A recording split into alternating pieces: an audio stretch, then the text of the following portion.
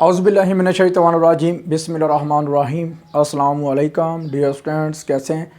अल्हम्दुलिल्लाह मैं खैरियत से हूँ। आई होप आप भी खैरियत से होंगे। आज हम डिस्क्रीट मैथमेटिक्स MTS 202 का लेक्चर नंबर 11 स्टार्ट करने वाले हैं, जिसमें हम ऑर्डर पेयर के बारे में पढ़ेंगे, एन टुप्पल के बारे में पढ़ेंगे, मतलब कि एन ऑर्डर पेयर के बारे में पढ़ेंगे। और उसके बाद बच्चे इसमें हम पढ़ेंगे डोमेन और रेंज, और उसके बाद हमने पढ़ेंगे इसमें रिलेशन, बाइनरी रिलेशन, और लास्ट पे हम पढ़ेंगे डायग्राम, डायरेक्टेड डायग्राम और एरो डायग्राम। You understand? चलें जी, अगर आप हमारे चैनल पर आए सबसे पहले हमारे चैनल को सब्सक्राइब कर लें, क्योंकि यहाँ पे आपको पूरे के पूरी सीरीज़ मिलने वाली है, और STA 301 और MTH 101 के भी पूरी की पूरी सीरीज़ यहाँ पे अवेलेबल है। चलें स्टार्ट करते हैं। देखें ज़रा, सबसे पहले ऑर्डर पेयर की बात करें तो अगर आपके पास XY प्लेन के अंदर दो कोऑर्डिनेट हैं, दो पॉइंट्स हैं। फॉर एग्जांपल आपके पास ये प्लेन है, ठीक है ना, यहाँ पे 10 है और फॉर एग्जांपल यहाँ पे 5 है। तो इन दोनों को आप ज्वाइंट करना चाहते हो, तो ये देखो ऑर्डर पेयर, ठीक है ना, दोनों का पेयर बनेगा। तो एक्स एक्सिस पे क्या लिखा हुआ है? 10,5। तो ये जो पेयर बनेगा इसे कहते हैं ऑर्डर पेयर। चलिए डेफिनेशन देख लेते हैं। सबसे पहले देखो ज़रा, A, B जो है ना, एक जर्नल ऑर्डर पेयर लिया गया है। ए क्या है? एक्स एक्सिस पे लाई कर रहा है, ठीक है, एक्स एक्सिस पे, और बी क्या, वाई एक्सिस पे लाई कर रहा है। You understand? और ए को फर्स्ट एलिमेंट कहते हैं और बी को सेकंड एलिमेंट कहते हैं। You understand? और ये कभी भी आपस में कम्यूटेटिव नहीं होते, दोनों ए बी बराबर नहीं होता बी ए के, क्योंकि यहाँ पे एक्सिस की बात हो रही ना, तो एक्सिस कभी भी इक्वल नहीं होते। A, B not equal to B A. You understand? आगे देखो ज़रा क्या करना है। If A, B and B, A equal हों तो देन क्या करना पड़ेगा? A और B दोनों सेम होने चाहिए। मसलन कि ये होना चाहिए 1,1 फिर 1,1। तो ये दोनों इक्वल हो सकते हैं जब दोनों सेम होंगे, मतलब कि A is equal to B, मतलब कि ये A होता है और ये B होता है, तो 1 is equal to 1, 1 is equal to 1। You understand? Otherwise in general ये बराबर नहीं होते, इक्वल नहीं होते।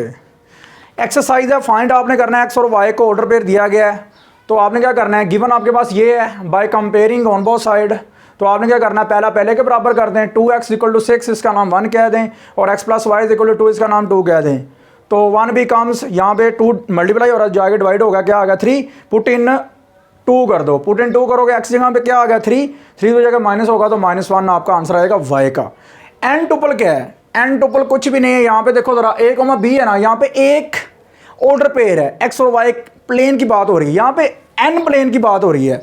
यहाँ पे एक्स वाई प्लेन नहीं है, X Y N term plane. तो क्या होगा? A1 A2 up to so on AN, B1 B2 up to so on BN। तो इसे आप ऑर्डर पेयर में लिखते जाओ ऐसे, देखो ऐसे, देखो जरा, A1, B1, ठीक है ना, A2, B2, A3, B3, up to so on AN, BN। तो ये एन टुपल होता है। ये क्या होता है? N tuple.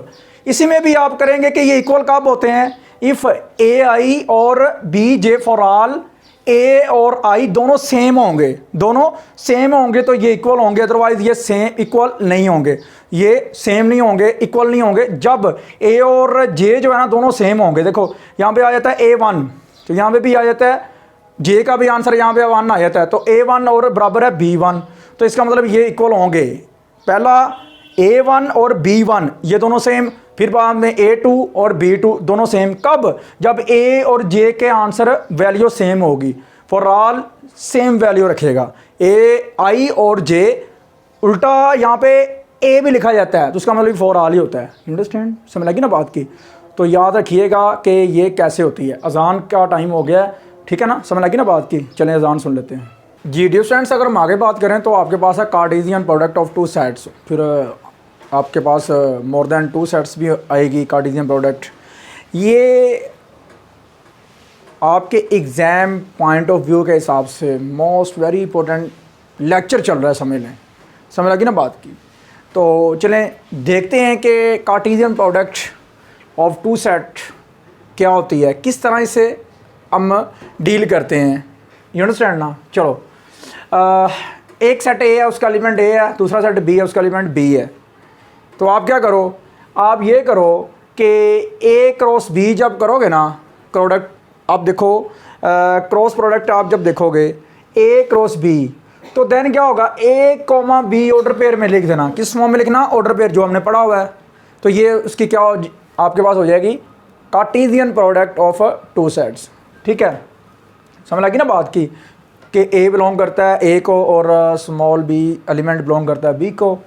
तो नोट है कि ए क्रॉस बी अगर होता है तो उसके एलिमेंट जो हैं, ए के एलिमेंट एम है और बी के एन है, तो वो आपस में क्रॉस मल्टीप्लिकेशन की शक्ल में आ जाते हैं। लेकिन मेरा अपना ज़ाती कंसेप्ट कहता है कॉमे के फॉर्म में आते हैं। देखो कॉमे के फॉर्म में नहीं है ये, ठीक है ना। अब एग्जाम्पल करेंगे ना तो क्लियर हो जाएगा बाबा, ध्यान से, ठीक है, ध्यान से करते जाइएगा, ध्यान से नोट करते जाएँ। और दावा है कि ना बुक भी खोलनी नहीं पड़ेगी अगर ये कंसेप्ट मेरे आप सुनते जाएँ, क्लियर करते जाएँ, ठीक है ना। चलें स्टार्ट करते हैं। एग्जाम्पल है, ए सेट है आपके पास, उसके एलिमेंट है 2, आपके पास 1 और 2, और आपके पास बी सेट है उसके एलिमेंट 3 हैं, और 1 2 मतलब 1 2 3 की जगह पे आप ए बी सी है, इंग्लिश अल्फ़ाबेट है। ए क्रॉस बी आपने क्रॉस प्रोडक्ट निकालना है जी, ए की वैल्यू क्रॉस बी की वैल्यू। 1 को जोड़ते जाओ आप ए के साथ, फिर बी के साथ, फिर सी के साथ, ठीक है ना। ये देखो 1 ए 1 बी 1 सी, फिर 2 को जोड़ते जाओ 2 ए 2 बी 2 सी, ठीक है। अब देखो cardinality, member of set A is called cardinality of A, मतलब कितने मेंबर हैं, 2 हैं।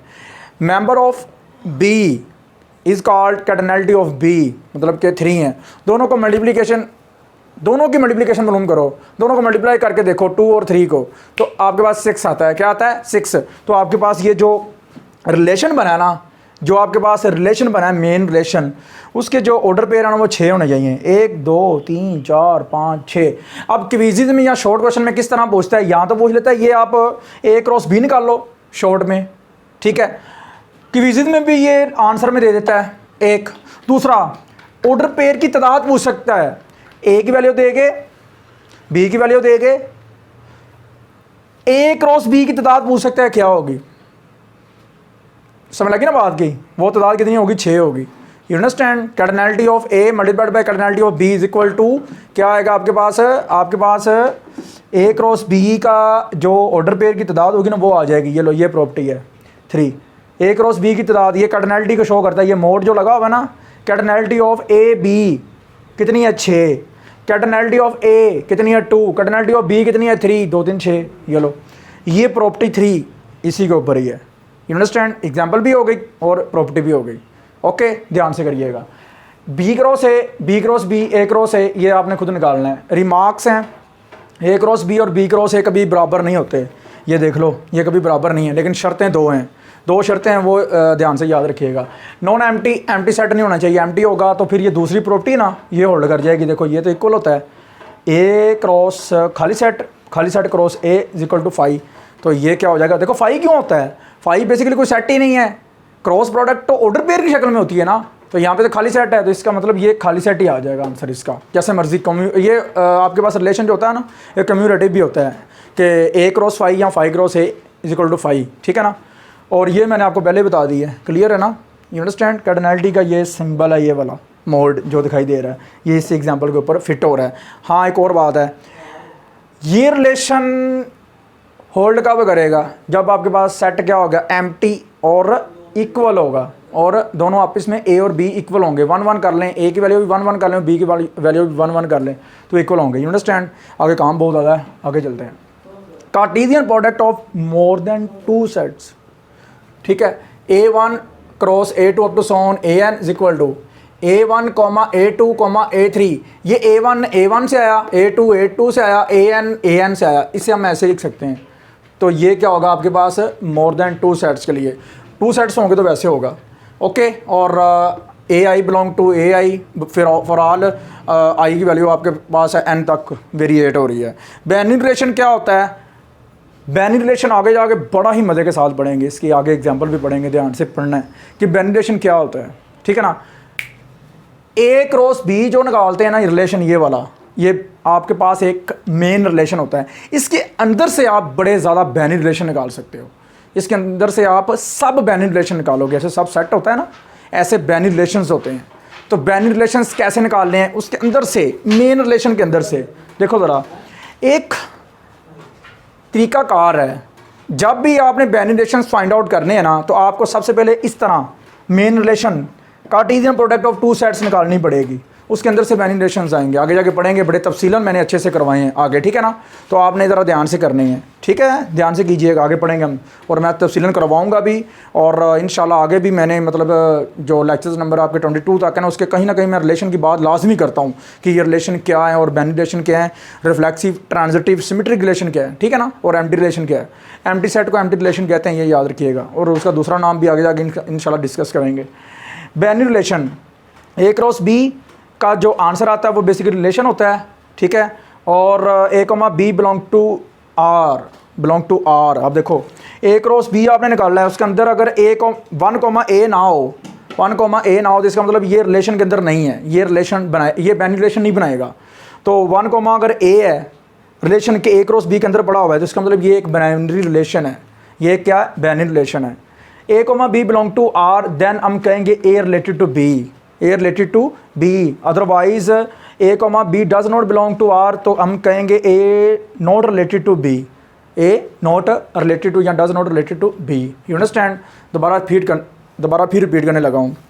जब भी आप रिलेशन निकालेंगे ए क्रॉस बी, उसके आंसर ये निकले हैं, ठीक है ना, उसके आंसर ये निकले हैं। मुझे ये बताएं, अगर मैं कह देता हूँ कि इसके अंदर से मैंने ये रिलेशन निकाला है R1, एक रिलेशन अपने पास से निकाला है 3,2, तो ये तो इसका बाइनरी सब रिलेशन नहीं है, ये तो इसका बाइनरी सब रिलेशन नहीं है। समझ लगी ना बात की, आगे डिस्कस करते हैं हम। जी डियर स्टूडेंट्स, अगर हम आगे बात करें तो सबसे पहले हमने रिलेशन फाइंड आउट करना सीखा कि किस तरह आप रिलेशन निकालते हो। सबसे पहले जो हमारा मेन रिलेशन होता है ना, वो Cartesian product of two sets ही होता है, ए क्रॉस बी। उसके अंदर से आप उसके सब रिलेशन जो है ना, मतलब कि सब सेट ऑर्डर पेयर सब रिलेशन आप बेशुमार निकाल सकते हो। वो अब हम सीखेंगे कि किस तरह, ठीक है। देखें ज़रा, सबसे पहले ए एक सेट है और बी भी एक सेट है आपके पास, ठीक है ना, दो सेट्स हैं आपके पास, ए क्रॉस बी निकाल लो उनका। तो ये 2 और ये 3, 2 3 6, तो 6 ऑर्डर पेयर बनने चाहिए आपके, 1 2 3 4 5 6, ठीक हो गया ना। अब हम इसके ना रिलेशन फाइंड आउट कर लेते हैं। ये एक बड़ा रिलेशन है आपके पास, ये मेजर रिलेशन है आपके पास, ठीक है ना। अब इसके आप जो सब रिलेशन निकाल लेना वो देख लेते हैं, वो कैसे निकाल लें। ये जो सेगमेंट है ना, मोस्ट वेरी इंपॉर्टेंट सेगमेंट है, ये याद रखिएगा। ये आप अपने माइंड में बार बार रिवाइज कीजिएगा, ये जो सेगमेंट मैं करवाने लगा हूँ, ठीक है। चलें, बेशुमार रिलेशन निकाल सकते हो। रिलेशन से एक बात यही याद रखना, बेशुमार, मैनी, अनलिमिटेड गिन नहीं सकते आप। देखो ज़रा, सबसे पहले R1 निकाला, ये पिक कर लिया, ये पिक कर लिया और ये पिक कर लिया, ये R1 आ गया, जैसे मर्जी कर लो, कोई मसला नहीं। R2 निकाला, 1 2 2 1 2 2 ले लिया और 2 3 ले लिया, ठीक है, इसके अंदर से ही आ रहा है सारा कुछ। फिर R3 1 1 ले लिया, फिर R4 पूरे का पूरा ही ले लिया, ये ए क्रॉस बी, ठीक है, और R5 5 ले लिया, खाली सेट ले लिया। यू अंडरस्टैंड, आई होप समझ लगी होगी। इसके अलावा आप जितने मर्जी फाइंड आउट कर सकते हो, वो आप पे डिपेंड करता है। यू अंडरस्टैंड ना। अब देखो जरा आगे, domain of relation, very very important, very very important है ये वाली, ठीक है ना, ये याद रखिएगा। डोमेन ऑफ रिलेशन, ये डेफिनेशन आती है पेपर में, इसके एग्जांपल भी पूछता है क्विज़ में।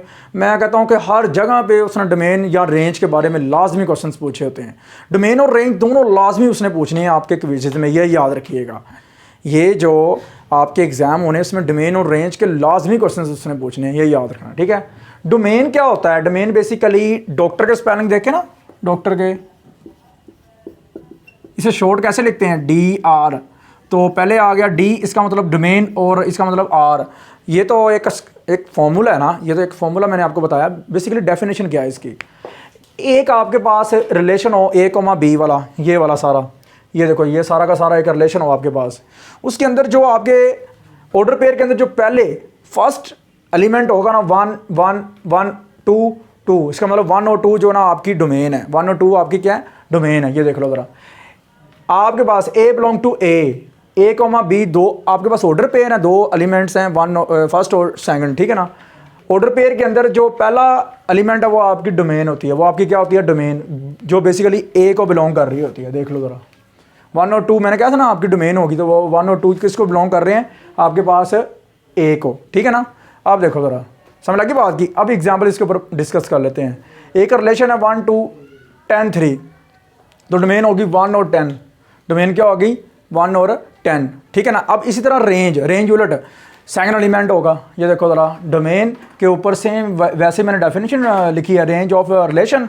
ये आपके पास है देखो B belong to B, B belong to B such that A comma B belong to relation R. ठीक है, ये देखो एग्जांपल, वही एग्जांपल ऊपर वाली ली है, तो इसकी रेंज क्या आ जाएगी, सेकंड एलिमेंट 2 और 3। देख लो ज़रा 2 और 3 इसकी आपके पास क्या आ जाएगी, रेंज आ जाएगी। यू अंडरस्टैंड ना, आई होप समझ लगी होगी लेक्चर की, बड़ा इंपॉर्टेंट लेक्चर था ये वाला, ध्यान से कीजिएगा। जी डियर स्टूडेंट्स, अगर हम आगे बात करें तो आपके पास है एक्सरसाइज। एक्सरसाइज में हम देखेंगे कि आपको क्या क्या रिक्वायर्ड है, आपने क्या क्या इसमें फाइंड आउट करना है। चलिए स्टार्ट करते हैं। सबसे पहले अगर हम बात करें तो आपके पास है जी ए की वैल्यू 1 2 और बी की वैल्यू है आपके पास 1 2 3। तो दो सेट हैं आपके पास। डिफाइन आप बाइनरी रिलेशन, सबसे पहले आपने बाइनरी रिलेशन फाइंड आउट करना है R from A to B as follows. ठीक है, आर एक ऐसा रिलेशन लेना है जिसमें क्या होगा कि जो फर्स्ट एलिमेंट होगा वो छोटा होगा और जो सेकंड एलिमेंट होगा वो बड़ा होगा। ठीक है, चलिए स्टार्ट करते हैं। 3 पार्ट्स हैं, वो हम डिस्कस कर लेते हैं, साथ साथ ही डिस्कस करते जाते, टाइम बच जाएगा। ए पार्ट की हम बात करें तो find order pair in are. ठीक है, तो सबसे पहले आपने ऑर्डर पेयर इन आर कौन सा, ये वाला, ठीक है ना, ये जो दिया हुआ है ये आर आपने निकालना है। तो सबसे पहले हमने ए क्रॉस बी निकालना है। वो क्या करना है, 1 को आपने 1 के साथ, फिर 2 के साथ, फिर 3 के साथ, फिर 2 को 1 के साथ, फिर 2 के साथ, फिर 3 के साथ, ये सारा आपके पास क्या आएगा, 6 आपके पास ऑर्डर पेयर बनेंगे। तो देन आपने आर फाइंड आउट करना है। तो उसमें क्या करना है, आपने ए छोटा और बी बड़ा हो, मतलब कि पहला छोटा हो और दूसरा एलिमेंट जो है ना वो बड़ा हो। तो देखो ज़रा, पहला छोटा है दूसरा बड़ा है, पहला छोटा है दूसरा बड़ा है, पहला छोटा है दूसरा बड़ा है, ये आपके पास आर आ गया। ये ए पार्ट आपका हो गया। अब डोमेन निकालनी है आपने, इसी ए पार्ट को ले गए तो डोमेन कैसे निकलेगी, देखो डोमेन आपका कौन सा नंबर होता है, वो होता है पहले एलिमेंट 1 है, तो 2 टाइम नहीं लिखना, 1 टाइम ही, तो ये 2, ये आपकी डोमेन आ गई। इसी तरह ये आपने रेंज निकालनी है, रेंज क्या निकलेगी, 2 और 3। ठीक है ना, 2 और 3 निकल आई। उसके बाद अगर हम बात करें तो सी पार्ट जो है वो आपका है जी 1 रिलेटेड टू 3, मतलब कि 1,3 जो है ना वो आपके रिलेशन के अंदर होना चाहिए, आर के अंदर। ठीक है ना, समझ लगी बात की। इसी तरह ही आपने क्या करना है, आपने 2 रिलेटेड टू 2, ये भी इसके अंदर ही होना चाहिए, ये भी आपने फाइंड आउट करना है। चलें सबसे पहले बात करते हैं सिंस 1,3 इन आर। ठीक है, समझ लग रही है ना बात की। उसके बाद आपके पास है 2 रिलेटेड टू 3, ये तो हमने फाइंड आउट करना ही नहीं है। ठीक है ना, उसके बाद आपने करना है जी 1 रिलेटेड टू 2, ये भी इसके अंदर है, ये भी हमने फाइंड आउट नहीं करना। उसने पूछा कौन सा है, 2 पूछे उसने, 1 और 3। ठीक है, ये ऑर्डर पेयर इसमें एग्जिस्ट करता है, तो 1 रिलेटेड टू 3 ये लिखा हुआ है। ठीक है, बट 2,2 ऑर्डर पेयर एग्जिस्ट नहीं करता, लिहाजा ये रिलेटेड नहीं है जी। ओके हो गया, इस तरह आपने ये सॉल्व करना है। उसके बाद आपके पास है रिमार्क्स हैं, वो कार्डिनैलिटी ऑफ ए जो है ना वो एम कह दो और कार्डिनैलिटी ऑफ बी जो है ना वो एन कह दो। देन बाइनरी रिलेशंस कितने निकलेंगे आप, मैंने कहा था पीछे लेक्चर में अनलिमिटेड निकलेंगे, लेकिन मखसूस फॉर्मूला भी तो होना चाहिए ना उसका, कितने निकलेंगे। तो बहुत ज़्यादा निकलते हैं, लेकिन कितने निकलते हैं ये हम देख लेते हैं। देखो ज़रा, यहाँ पे ए की कार्डिनैलिटी जो है वो 2 आएगी और बी की कार्डिनैलिटी जो है ना वो 3 आएगी, नंबर ऑफ ए के एलिमेंट, नंबर ऑफ बी के एलिमेंट। ठीक है ना, तो 2 की पावर आपके पास आएगी m क्रॉस n। ठीक है ना, तो ये आएगा 2 × 3, तो कितना आएगा, 2 की पावर 6। इसे आप सॉल्व कर लो, 2 की पावर 6 कितना आता है, तो ये आता है मेरे हिसाब से 64 आता है। कितना आता है, 64। तो इसका मतलब है कि आपके जो बाइनरी रिलेशन बनेंगे ना इस क्वेश्चंस को लेके, तो आपके वो रिलेशन बनेंगे 64, R1 R2 R3 R4 R5 R64, यहाँ तक आप निकाल सकते हो। यू अंडरस्टैंड, इस तरह के क्वेश्चंस जो ना पेपर में पूछता है कि कार्डिनैलिटी ऑफ ए 2 है, कार्डिनैलिटी ऑफ बी 3 है, देन आप ये बताओ कि बाइनरी रिलेशन कितने बनेंगे। 2 की पावर देख लो, ठीक है ना, 2 की पावर जो होगी ना वो आप सॉल्वर करके देख लेना, 2 की पावर 6 तो वो कितना बनेगा आपके पास, 64 बनेगा। तो 2 की पावर 7 जो ना वो मैंने सॉल्व किया 128 आता है, उसको मैंने ऑफ किया है, तो इसलिए मैंने 64 आप देख लेना, ये मैं सही भी बोल रहा हूँ कि नहीं। ठीक है ना, ध्यान से इस तरह आपने फाइंड आउट करना है जी। डियर स्टूडेंट्स, अगर हम आगे थोड़ा सा गो थ्रू करें, एग्जाम्पल है हमारे पास कि एग्जांपल है एक सेट है जिसके अंदर एग्स पड़े हुए हैं, मिल्क है, कॉर्न है, फिर आपके पास एक सेट है बी जिसके अंदर काउज हैं, गायें पड़ी हुई हैं, गोट्स हैं, बकरियां हैं और हैंस हैं, मुर्गियां पड़ी हुई हैं। Define a relation R from A to B by A comma B belong to R if and only सिर्फ और सिर्फ ए इज़ प्रोड्यूस्ड, मतलब कि ए जो है ना प्रोड्यूस होता है बी से बाय बी, देन आप रिलेशन फाइंड आउट करो। इस चीज़ को आपने मद्देनज़र रखना है कि जो बी है ना वो पैदा करता है ए को, ठीक है ना। तो रिलेशन देखो कैसे उसने क्रिएट किया हुआ है, बनाया हुआ है, इस तरह वो पेपर में पूछ सकता है, ठीक है ना।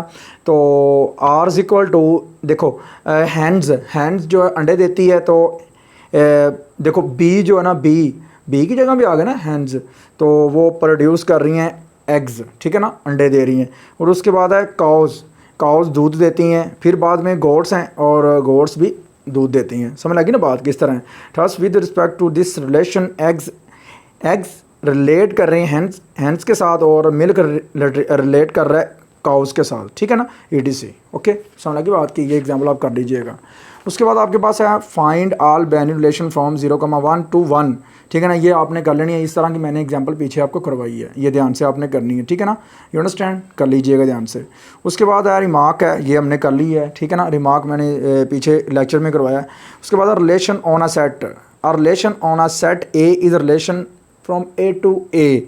इस तरह का रिलेशन जो होता है ना, A to A, B to B, C to, मतलब इट सेल्फ, इस तरह के रिलेशन को कहते हैं यूनिवर्सल रिलेशन। नीचे रिमार्क लिखा हुआ है, ठीक है ना, एग्जाम्पल के नीचे, तो ये होता है यूनिवर्सल रिलेशन। यू अंडरस्टैंड ना। तो in other words R relation on a set A is a subset of A cross A. जो आपके पास ए होगा ना वो सबसेट होता है किसका, ए क्रॉस ए का। ए क्रॉस ए बड़ा सेट बन जाता है ना, तो इट मीन के ए जो है वो छोटा सेट हो जाएगा, ए क्रॉस ए डबल सेट हो गया। यू अंडरस्टैंड ना। नीचे एग्जाम्पल है 1 2 3 4 सेट ए है। Define relation R on A as, ठीक है ना। तो सबसे पहले देखो ज़रा, सबसे पहले आपने करना क्या है, ए डिवाइड्स बी, मतलब कि आपका जो बी है ना, बी डिवाइड हो ए पे, ठीक है ना, बी डिवाइड हो ए पे। तो इस तरह का रिलेशन फाइंड आउट करना आपने। कहाँ से लेके आना है आपने, सबसे पहले ए क्रॉस ए निकालना है। क्या निकालना है, ए क्रॉस ए, ठीक है ना, ए क्रॉस ए। उसके अंदर आपके पास बनेंगे 16 ऑर्डर पेयर बनेंगे, क्योंकि 4 है ना मेंबर्स ऑफ ए जो हैं वो 4 है, उनकी तादाद 4 है। तो 4 ज़रा 4 मतलब 4 मल्टीप्लाई बाई 4 कितना हो गया, 16। तो उसमें से ये रिलेशन उसने निकाला हुआ है। ओके हो गया ना, समझ लगी बात की। तो ये रिलेशन जो ना उसमें से लिया हुआ है, ये डायरेक्ट उसने लिया हुआ है। तो देखो आपने क्या करना है, पहले ए क्रॉस ए निकालना है। उसमें से आपने क्या करना है कि बी मतलब कि 1,3 है ना, तो ये देखो ये जो ना 3 डिवाइडेड बाई 1 इस तरह डिवाइड होता है, ठीक है ना। ये मतलब कि बी डिवाइड होता है ए पे, ठीक है ना। इस तरह का आपने रिलेशन निकालना है। तो 1 1 1 2 1 3 1 4 2 2, उसके बाद है 2 4 और 3 3 और 4 4। इस तरह का आपने उसमें से रिलेशन निकाल के साइड पे रख देना है, जो आपका आंसर होगा जो उसने रिक्वायर्ड किया आपको। जी, उसके बाद रिमार्क है for any set A cross A is noun has a universal set. Quiz में पूछता है, वो बहुत इंपॉर्टेंट है। 5 is a empty relation, quiz में पूछता है, ध्यान से कीजिएगा। ओके जी डिस्टेंस, अगर हम आगे बात करें तो आपके पास एक्सरसाइज है, मज़े का क्वेश्चन है ये वाला। ए पार्ट मैंने तफसीलन करवाया और बी मैं ऊपर से आपको गोसू करवा दूंगा, बड़ा इजी है। चलें स्टार्ट करते हैं। सबसे पहले देखो ज़रा, डिफ़ाइन एक आपने रिलेशन करना है जिसका नाम ए है और वो किस सेट पे करना है, जी पे, ठीक हो गया।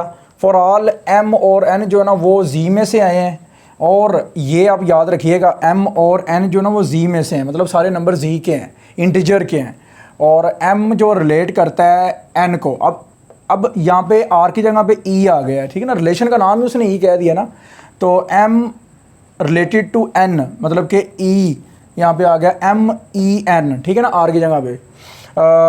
इफ़ एंड ओनली इफ, सिर्फ एक सूरत में ये रिलेट करेगा जब m minus N is even. समझ लगी बात की। अगर ये इवन होगा तो ये रिलेट करेगा, अगर ये रिलेट करेगा तो ये इवन होगा। तो ये दोनों स्टेटमेंट जो है ना, ये जो एरो लगा हुआ है यहाँ, इसका मतलब होता है if and only if I double F. तो ये दोनों स्टेटमेंट एक दूसरे के साथ हैं। अगर पहली है तो दूसरी उसके साथ पक्की होगी, अगर दूसरी है तो पहली उसके साथ पक्की होगी। ये एक दूसरे के साथ जुड़े हुए हैं, ठीक है ना। चलें स्टार्ट करते हैं। पहली देख लें, सबसे पहला जो ए पार्ट है वो है जी 0 जो है ना वो रिलेट करता है 0 के साथ, नंबर 1। 5 रिलेट करता है 2 के साथ, 6 और 6 रिलेट करता है भला मतलब कि इस सेट के अंदर, मतलब कि यहाँ इसका ऑर्डर पेयर बिलोंग करता है ई के अंदर। -1,7 बिलोंग करता है ई को, यहाँ रिलेट करता है। ये ना दो तरह से होता है, ये 0,0 बिलोंग टू ई हो सकता है, या -1,7 बिलोंग टू ई, एक ही बात है। तो prove that for any even integer N related to 0, ये बाद में देखेंगे। चलो ए पार्ट के ऊपर चलते हैं। सबसे पहले हम डिफाइन करते हैं अपना रिलेशन। रिलेशन क्या है जी, m, n belong to z के ऊपर। तो रिलेशन का नाम ई है, उसने कह दिया है कि रिलेशन ई है। m, n belong to z cross z cross z क्यों लिखा है यहाँ पे? यूनिवर्सल रिलेशन आपने फाइंड आउट किया है, डिफाइन किया है, क्योंकि यहाँ पे सिर्फ एक ही आपके पास सेट है, वो उसका सेट का नाम है इंटीजर। तो z को z के साथ आपने रिलेट करवाना है, मतलब उसकी कार्टेशियन प्रोडक्ट लेनी है, ठीक है ना। तो z क्रॉस z, तो यहाँ पे आएगा m, n belong to z cross z such that m minus n is even, क्योंकि ये स्टेटमेंट लगी हुई है ना, ये देखो ज़रा, m minus n is even, ये इसके अंदर आना चाहिए। ये सेट आपका डिफाइन हो गया। अब देखो ज़रा, सबसे पहला 0 रिलेटेड टू 0। तो सबसे पहले हमने क्या करना है, आपने जैसे देखो ज़रा ध्यान से, रिलेट करवाना है, फिर m माइनस n मतलब 0 माइनस 0 करना है और इवन आना चाहिए। चलो सबसे पहले रिलेट करवा लेते हैं। रिलेट करवाने का मतलब ये होता है कि 0,0, देखो इस सेट के अंदर 0,0 होगा कि नहीं होगा, 0 रिलेटेड टू 0 का मतलब यही होता है ना 0,0। तो सेट ऑफ इंटीजर की z क्रॉस z ले रहे हो, तो ये तो 0 से स्टार्ट होते हैं, 0, +-1 +-2 +-3, तो 0,0 इसके अंदर एग्जिस्ट करेगा। तो इट मीन क्या होगा, 0,0 belong to z cross z, ठीक हो गया। And 0 minus 0 is equal to 0, 0 is even, तो इसका मतलब क्या होगा, 0 रिलेटेड टू 0, मतलब 0 ई 0 इसके अंदर एग्जिस्ट करता है। ओके हो गया, देयरफॉर 0 ई 0, ओके, 0 रिलेटेड टू 0, ओके। दूसरा पार्ट 5,2 करता है, क्योंकि इसके अंदर तो 0 +-1 +-2 +-3 बेशुमार नंबर पड़े हुए हैं, तो 5,2 इसके अंदर एग्जिस्ट करता है। लेकिन ये दूसरी कंडीशन लगाओ हम फिर, 5 - 2 = 3 इज़ नॉट इवन, तो ये तो रिलेट नहीं करेगा। तो इसका मतलब ये क्या होगा, इसका मतलब ये आएगा 5 not related to 2। You understand, दोनों कंडीशंस होल्ड करनी चाहिए थी यहाँ पे लाजमी। तीसरा पार्ट है 6,6 बिलोंग टू ई, करता है ना, तो इसका मतलब क्या होगा, इसका मतलब तो ये हमारे पास आना चाहिए कि यहाँ पे ना 6,6 यहाँ पे आना चाहिए, 6,6 ई को बिलोंग कर रहा है, ठीक है, कोई मसला नहीं है। तो हाँ बिल्कुल ई को बिलोंग करेगा ना, सेट हमारा ई को बिलोंग करता है। सिंस 6 - 6 = 0 इज़ इवन, तो ये क्या हो गया, रिलेट हो गया, ओके। उसके बाद है लास्ट आपका -1,7 बिलोंग टू ई, सिंस -1 - 7, तो ये माइनस का 8 हो गया, माइनस का 8, तो माइनस वाला नंबर इवन होता है, 8 भी, और प्लस का 8 भी इवन होता है, यहाँ पे इवन आ गया। तो सो क्या होगा, -1 रिलेटेड टू क्या आएगा, 7, यहाँ पे रिलेटेड नहीं आएगा, यहाँ पे ई आएगा, क्योंकि यहाँ पे हम क्या लेके जा रहे हैं, यहाँ पे हम लेके जा रहे हैं ये चीज़ कि हमें यहाँ पे ई चाहिए, ई रिलेट करवाना है बाबा, ए, ठीक है ना। तो यहाँ पे आएगा ई और यहाँ पे भी ई। ये लो, अब करते हैं बी पार्ट। बी पार्ट है for any even integer n।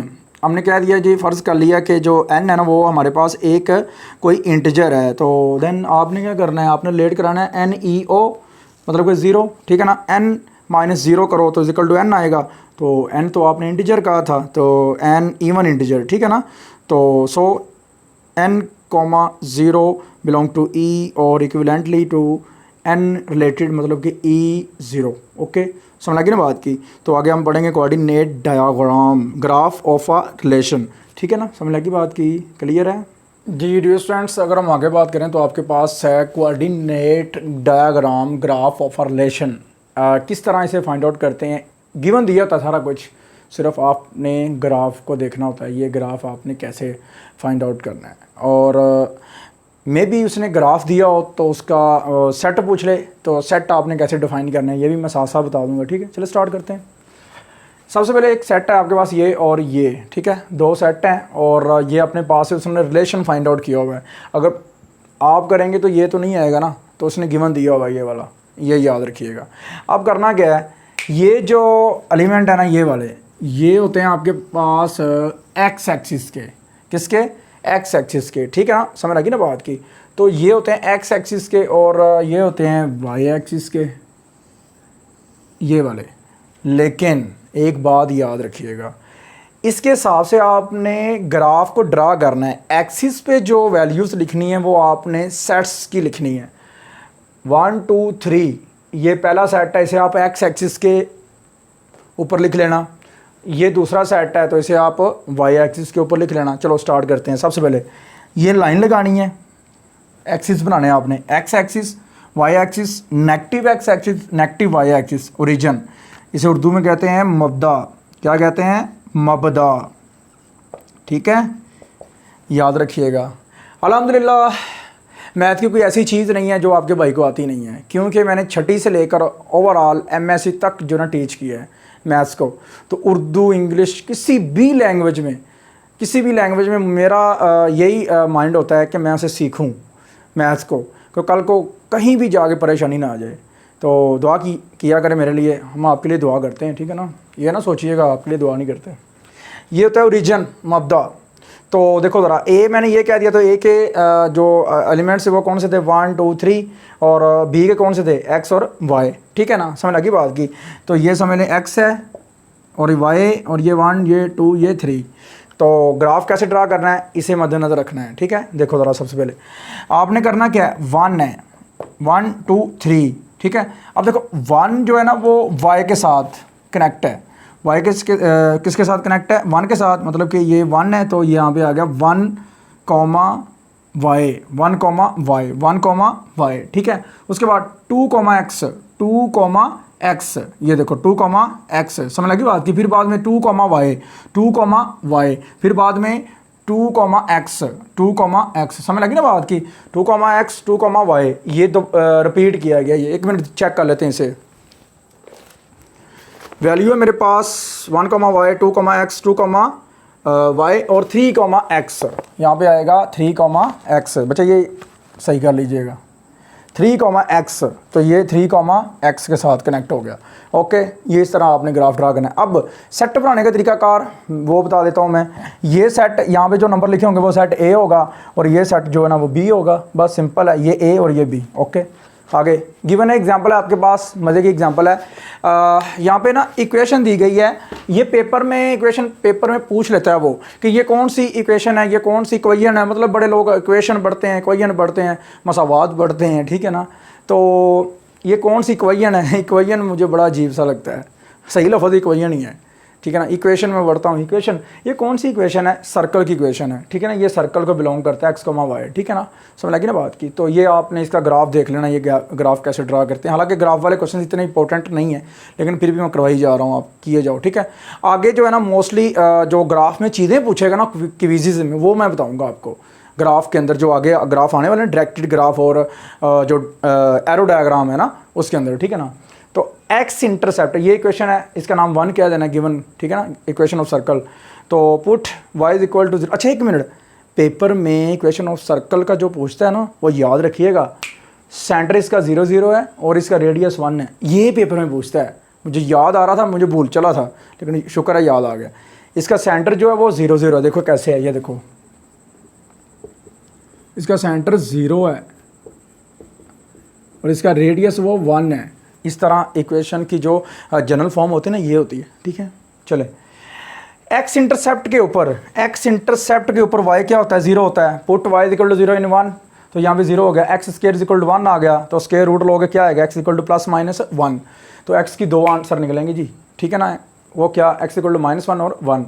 y intercept के लिए क्या करेंगे, x equal to 0, y intercept के लिए x यहाँ पे 0 हो जाएगा, तो क्या होगा, x इक्वल टू 0, तो y के भी 2 आंसर निकल आएंगे प्लस माइनस 1, ठीक है, समझ लगी ना बात की।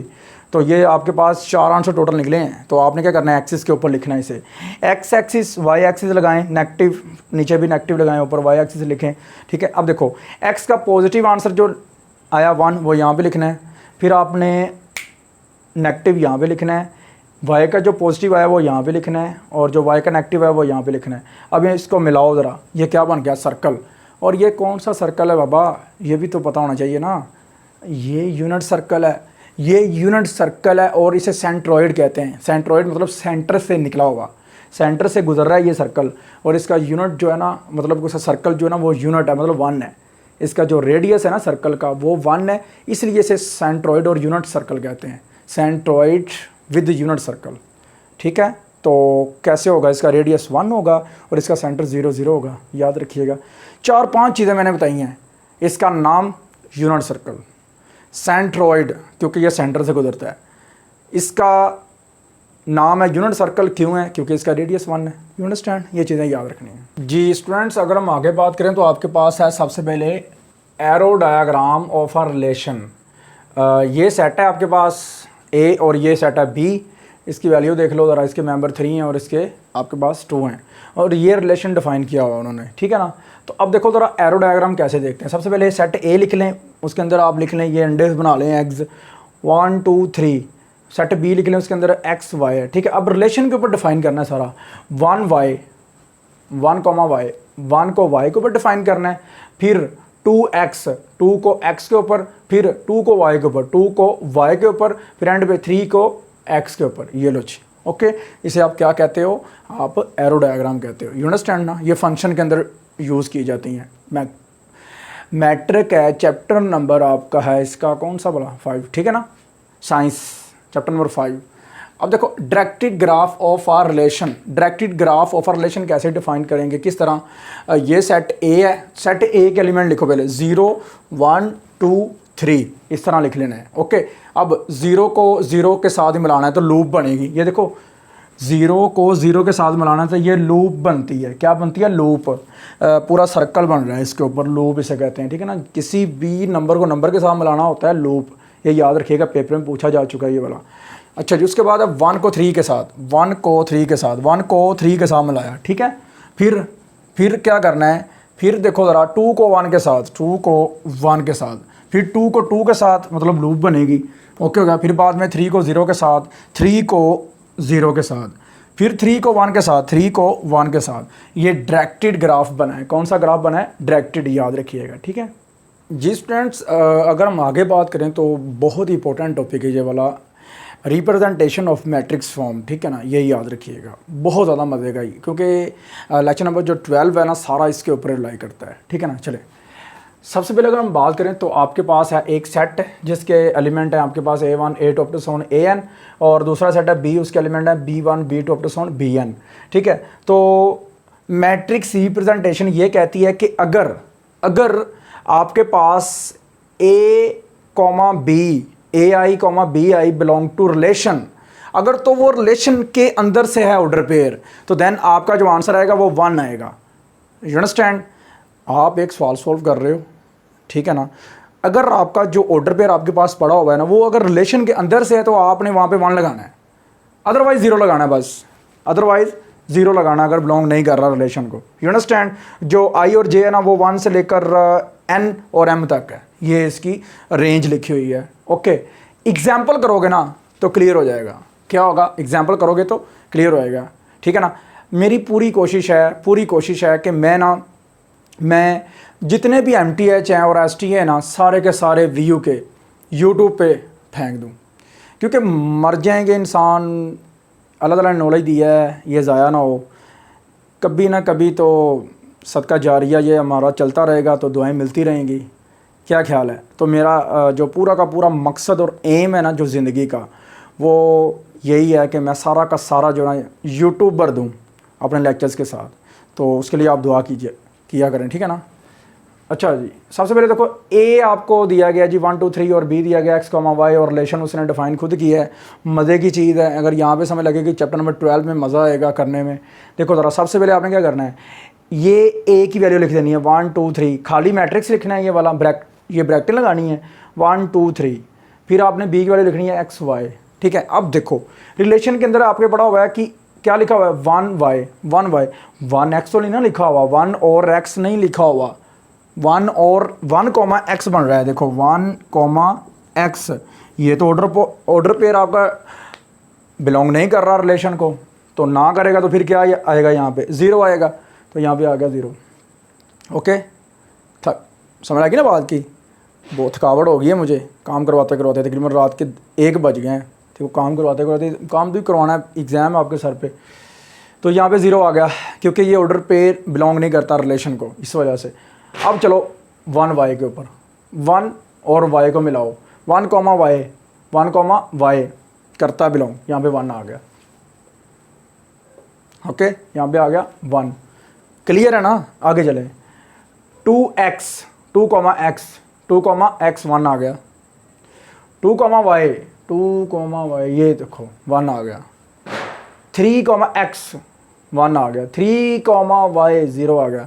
ओके, एक रो, दूसरी रो, तीसरी रो, पहला कॉलम दूसरा कॉलम, 3/2 इसका ऑर्डर है। क्या बना है इसका ऑर्डर? 3/2, 3 2 ऑर्डर ये बनना चाहिए जो आपके मेंबर्स की आपकी कैर्डिनैलिटी होगी ए और बी की। You understand? चलो आगे देखो ज़रा, आपके पास है एग्जांपल है, मज़े की एग्जांपल है ये। पहले उसने कहा कि आप ना एक रिलेशन बनाओ, फिर उस रिलेशन का डायरेक्टेड ग्राफ बनाओ, ठीक है ना? डायरेक्टेड ग्राफ आप ड्रा करो। चलें स्टार्ट करते हैं। एम एक मैट्रिक्स दिया गया है, ये उसकी वैल्यूज़ हैं। List the set of order pairs presented by M, ठीक है? Okay, draw the directed graph of the relation. You understand? ये आपने 2 पार्ट्स इसके सॉल्व करने हैं। जी स्टूडेंट्स, अगर हम आगे बात करें तो आपके पास है सोल्यूशन उसका, देख लेते हैं सोल्यूशन। ये वैल्यू है आपके पास, उसका सोल्यूशन 2 पार्ट्स हैं, ठीक है ना? तो सबसे पहले आपने उसका रिलेशन फाइंड करना है, ठीक है? अब देखो ज़रा 1 पे अगर चेक करें तो आपके पास आंसर आता है 1, तो इसका मतलब ये ऑर्डर पेयर जो है ना वो बिलोंग करेगा रिलेशन को।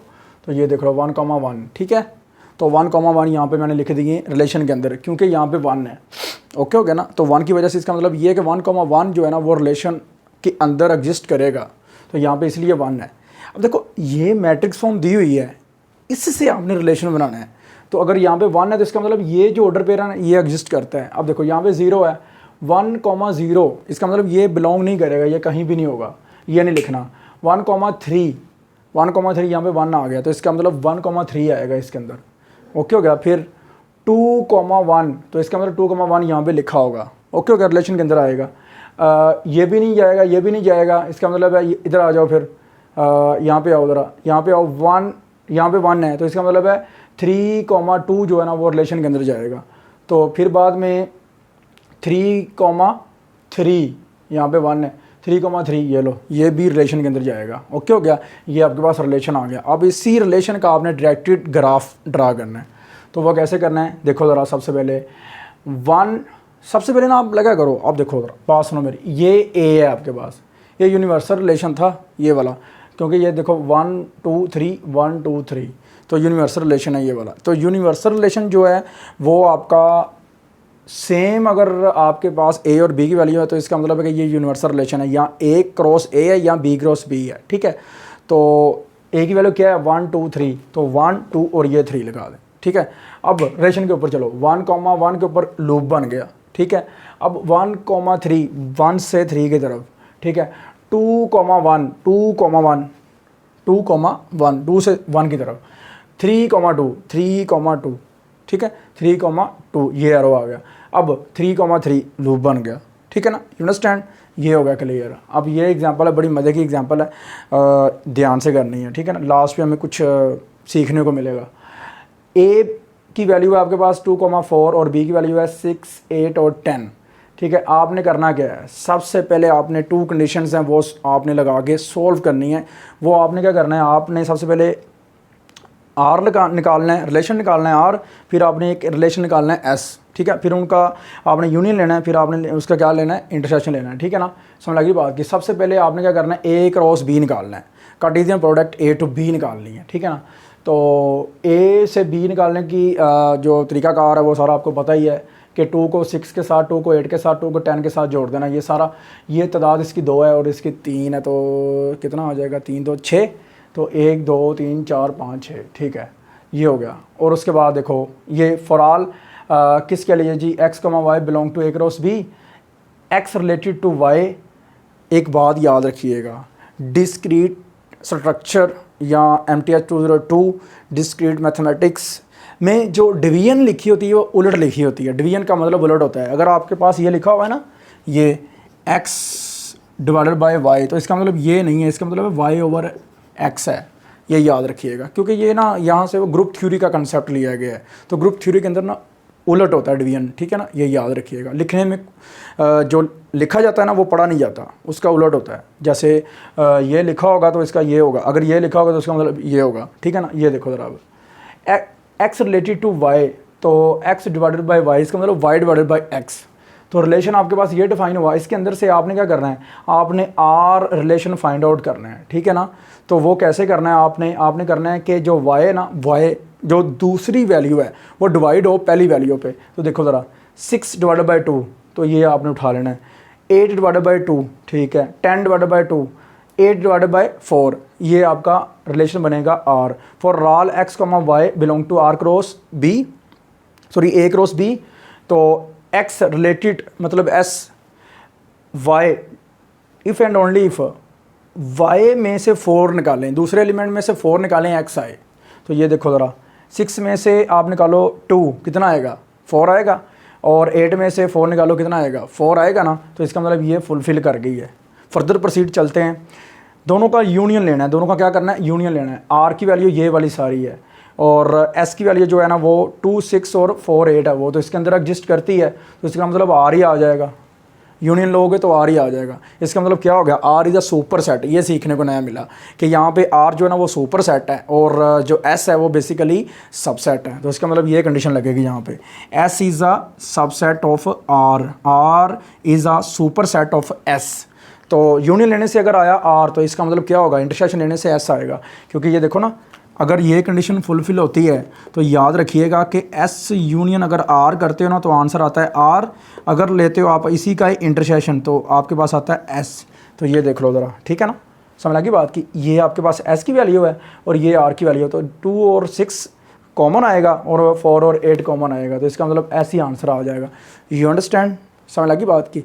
अब क्विज़ की अगर बात करें इस लेक्चर में, तो क्विज़ इसमें बहुत ज़्यादा हो गए, बहुत ज़्यादा मतलब हमने क्विज़ कर लिए। एक तो डायरेक्टेड डायग्राम को ड्रा करना है, वो आपने ध्यान से करना है। वो मतलब कि आपको इस तरह की रिप्रेजेंटेशन दे सकता है, तो इसका आपने रिलेशन फाइंड करना है, वो कैसे करना है, ठीक है। रिलेशन से आपने डायग्राम, ये मैट्रिक्स बनाना है, वो कैसे बनाना है, ठीक है ना। उसके बाद आपने ऑर्डर पेयर जो है ना, ऑर्डर पेयर वो आपने प्रॉपर्टीज़ छोटी छोटी मैंने रिमार्क्स जो करवाएं वो अच्छे से कर लेनी है। और दुआ में याद रखिएगा, हमारे लिंक को ज़्यादा से ज़्यादा शेयर कीजिएगा, क्योंकि ज़्यादा से ज़्यादा लोगों का भला हो सके। क्योंकि ये देखो ज़रा ना, हम आपके लिए इतनी ज़्यादा मेहनत कर रहे हैं, आपने सिर्फ शेयर करना है, और शेयर किया करें लाजमी व्हाट्सअप ग्रुप्स और फेसबुक ग्रुप्स में लाजमी शेयर किया करें, और रिकमेंड किया करें अपने कैंपस में लाजमी, अपने जूनियर्स को, अपने सीनियर्स को, अपने क्लासमेट को।